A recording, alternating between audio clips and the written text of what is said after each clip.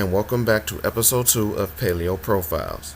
I am so glad that you all enjoyed the first episode, and I'm hoping to entertain and inform you all with today's topic, the Spinosaurus.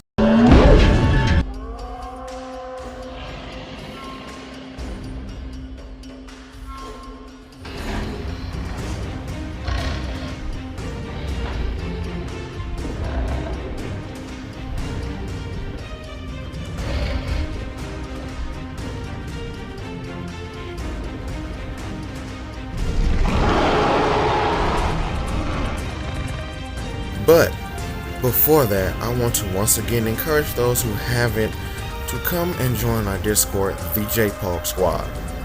We engage in multitude of topics, not just dinosaur related, but Star Wars and Godzilla as well. I will have a link down in the description. Now, I believe we were talking about the Spinosaurus, and no, I don't mean the fictional Rex killer, but its equally as cool paleo-accurate counterpart. Similar to Carcharodontosaurus, I was introduced to this dinosaur through Warpath Jurassic Park. Actually, now that I think about it, almost half of the roster in the game introduced me to new species of dinosaur. When I first saw the Spinosaurus, it looked vastly different than when it made its canon appearance in the Jurassic Park franchise. Now, Spinosaurus is one of the most, if not most heavily reconstructed animal to date, going through many different looks since its initial discovery. Fortunately, I won't be tackling this behemoth alone. I am joined by another JPOG Squad member and fellow YouTuber Dektoonics Inc. He specializes in park showcases, pushing Jurassic World Evolution to the brink of its creativity on PlayStation 4. He also has a really engaging series titled Helix Wars, and I suggest you all go watch.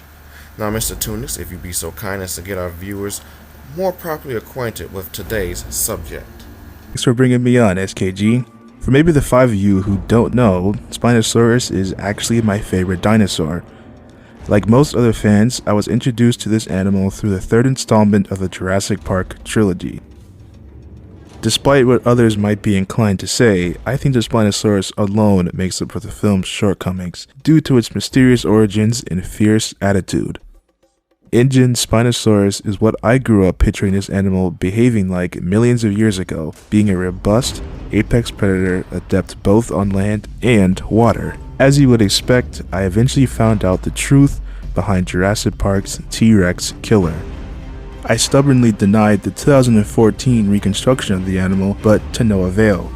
Thankfully, I wisened up and figured out that it's actually possible to separate fiction from reality. I know, that can be a huge ask for certain people. And although I'll always prefer InGen's Spinosaurus, the 2020 reconstruction looks pretty awesome as well. At the end of the day, I'll love Spinosaurus whether it be a genetic theme park monster or a scientific beauty. However, I will disown that scrawny punk seen in Warpath JP. Sorry SKG, I love that game as well, but they really did Spino dirty. Anyway, on to the Paleo Profile proper. Spinosaurus means spined lizard, and like Carcharodontosaurus, it hails from northern Africa, possibly inhabiting similar environments of the late Cretaceous period during the Cenomanian stage of the Cretaceous. However, unlike Carcharodontosaurus, Spinosaurus has been found to have lived towards the upper Turonian stage of the Cretaceous. The Turonian is the second stage of the Cretaceous period, coming directly after the Cenomanian stage and before the Cenocean stage. The Turonian stage lasted from 93 million years ago to 89 million years ago, giving Spinosaurus a total reign of 11 million years. Its fossils were first discovered in Egypt in 1912, and by 1915, Ernest Stromer would go and describe the animal as a new species. Unfortunately, the original bones would become missing in action during World War II, but thankfully, more fossils would be recovered in the following years. These fossils may have led to the possible representation of 2 species for Spinosaurus, Spinosaurus aegypticus and Spinosaurus maroccanus. Interesting. It seems that I've noticed something that will become a trend in this series, and that's the different names species of dinosaurs carry. So, if you don't mind, I would like to explain the naming system to the viewers since it wasn't touched upon beforehand. Oh, most certainly. Be my guest, my man. Alright, first off, all animals have what is called a binomial nomenclature known as the two-name naming system. It is a formal naming system that gives species a name consisting of two parts, both of which use Latin grammatical forms, but can also use words from other languages, which is why dinosaurs have Latin, Greek, and various other name meanings. It's kind of like how we humans have a first and last name. Similarly, we usually only say the quote, unquote, first name of said animal, just like how we address someone we are familiar with by just saying their first name. The first name, or generic name, is what defines the genus to which an animal belongs, so Spinosaurus would be the first name or generic name of the animal. It also serves as the family name as well as other similar yet different specimens to fall under to make grouping them easier. Now, the part known as a specific name or specific epithet, depending on your preference, identifies the species within the genus and can be looked at as the last name. To be honest, it's almost similar to how the Japanese address each other by saying the family name first, then the individual's actual name afterwards.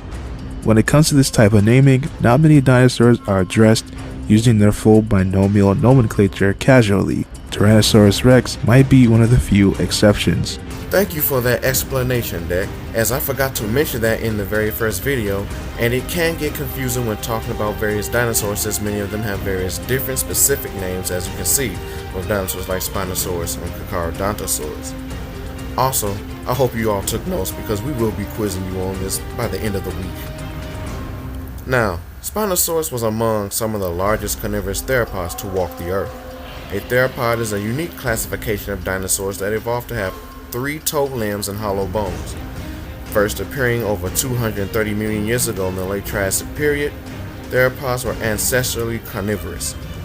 However, this branch of dinosaurs have extended to herbivorous, omnivorous, piscivorous, and insectivorous specimens as well. Another trait of theropods are that they are all saurischian or bird-hipped dinosaurs. Spinosaurus' estimated lengths were around the 12 to 18 meters, which is around 41 to 59 feet. Recent studies show that the maximum length this massive predator could have reached was about 15 to 16 meters, which is about 49 to 52 feet. These numbers still make Spinosaurus the largest and longest carnivorous dinosaur to have ever walked the earth. For such a large specimen, Spinosaurus was relatively light, coming in at about 6 to 7 tons. Though I believe that this made its semi-aquatic lifestyle easier, allowing it to move through the Cretaceous waterways of northern Africa with more fluidity. The skull of Spinosaurus was almost 6 feet in length, coming in around 1.75 meters, which is about 5.57 feet. The skull was long, low, and narrow, and heavily resembled modern crocodiles. It even has straight conical teeth that lack serrations. There were 6 to 7 teeth on each side of the upper very front of the premaxillar bones, and another 12 in both the maxillae behind them. These second and third teeth it possessed were larger than those located in its premaxilla. There was a notch in the upper jaw that the teeth from the lower jaw could fit into. This allowed it to hold prey that it captured in the form of the fish that it would eat. Spinosaurus also possessed a small crest at the top of his head, located just before the eyes. Its nostrils were high up on the skull as well. This allowed the dinosaur to dip his elongated skull in the water and grab fish that would swim between his jaws. The sail on Spinosaurus could reach over 2 meters or 7 feet in height, and it continues to be a subject of many debate among paleontologists. The vertebrae that make up the spine of it could be 7 to 11 times the size of other vertebrae. These vertebrae were most likely to have skin connecting them, forming a sail along its back, similar in appearance to other sail-back creatures like Dimetrodon and Edaphosaurus. However, its neural spines were much thicker, which probably aided it in more of a thermal regulation to keep itself warm, or possibly to intimidate others or even attract mates. Some paleontologists also believe that instead of skin, it was surrounded by a layer of fat that would instead form a hump, similar to that of a camel. Such a feature has already been seen exhibited in Ouranosaurus, another Cretaceous African dinosaur from the Hadrosauridae family that possessed a sail similar to Spinosaurus before being converted to a camel-like hump. As previously stated, Spinosaurus is known to have dined on fish, but not exclusively. It is widely believed that it hunted on land as well as in water, similar to his relative Baryonyx, who was found with not only fish in its stomach, but also a young iguanodon as well. The leg bones of Spinosaurus possessed high bone density. This would give it better buoyancy control while in water, and its tail, which as of 2020 has been discovered to be more like a flexible rudder. With this rudder-like tail, it could propel itself through the water more efficiently. The tail also had a dorsal-like sail that is theorized to be used for similar purposes like the sail on its back, though I'm leaning more towards it making Spinosaurus more hydrodynamic when immersed in water. This new discovery is just one of the many that followed its initial one. Like the majority of the dinosaurs that were first discovered in the 1800s and early to mid 1900s, its appearance was vastly different. Back then, most bipedal dinosaur fossils were reconstructed to stand nearly upright, and Spinosaurus was no different. However, the skull we are familiar with today was replaced with a skull more tyrannosaurid in appearance. This was in fact due to the first fossil being incomplete, so reconstructions of Spinosaurus relied on theropod dinosaurs of the time, which is why it had the short snouted skull, long legs, and such. This design would stick around for a while, changing only to make it so it did not stand completely upright, but adopting the posture theropod dinosaurs were known to have at the time. This change occurred because at the time, the tail bones of Spinosaurus were thought to be rigid to better support the creature's forward-leaning center of gravity. The next reconstruction of Spinosaurus, and dare I say probably the most popular, was the reconstruction of the early 2000s, which can be seen in media like Jurassic Park 3, which gave the dinosaur its iconic skull while keeping the longer back legs and rigid tail. The arms were more robust, showing it being capable of holding prey it would catch in its monstrous claws. This reconstruction would be the result of a comparison to other Spinosaurus dinosaurs like Suchomimus. Then, in 2014, the biggest change to Spinosaurus occurred. A discovery made by one Nazir Ibrahim from additional Spinosaurus fossils gave the dinosaur a major overhaul. The powerful hind legs were reduced to shorter lengths, giving it a completely quadrupedal stance, and in some depictions it is shown to knuckle walk. The tail for the most part was still thought to keep the animal balanced in this new assumed posture, and its secondary function would have to be for propulsion through water. The major problem with this reconstruction is the suggestion that it knuckle walk.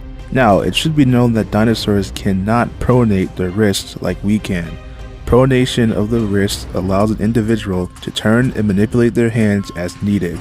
The fact that dinosaurs could not manage this meant that Spinosaurus would have an uncomfortable time moving about as its claws would dig into its own flesh. Paleontologists must have realized this, which is why not long after, it once again assumed its bipedal stance, just with a more lowered center of gravity. The last and newest reconstruction of Spinosaurus was made in 2020 regarding the tail of the specimen. This discovery showed that the tail vertebrae of Spinosaurus were much longer than previously thought. This meant that tail was more like a rudder in appearance and further supported the fact that Spinosaurus used it to move through the water rather quite efficiently. The 2020 model also shifted its center of gravity to lean more forward to aid it in swimming, and this meant that it could also use its sharp clawed forelimbs to secure prey underwater rather than for quadrupedal locomotion like the 2014 reconstruction suggested. Spinosaurus gives its name to the family group Spinosauridae. The Spinosauridae were large carnivorous dinosaurs with crocodilian-shaped skulls that were filled with conical teeth lacking serrations. The tips of their upper and lower jaws fanned out into a spoon-shaped structure like that of a rosette. All Spinosaurus had a notch in the upper jaw that the lower jaw would fit into. Their nostrils sat higher up on their skulls as well, as earlier stated, to help with fishing. Like crocodiles, the tips of their snouts had neovascular openings with pressure receptors, allowing them to sense movement in the water to snatch up prey. Key traits of this family besides the crocodilian skull were the crest on the tops of their heads. They also had an enlarged claw on the first digit of their hand. Most notably was the fact that their neural spines of their backbone were significantly elongated, enough to form a type of sail along the back.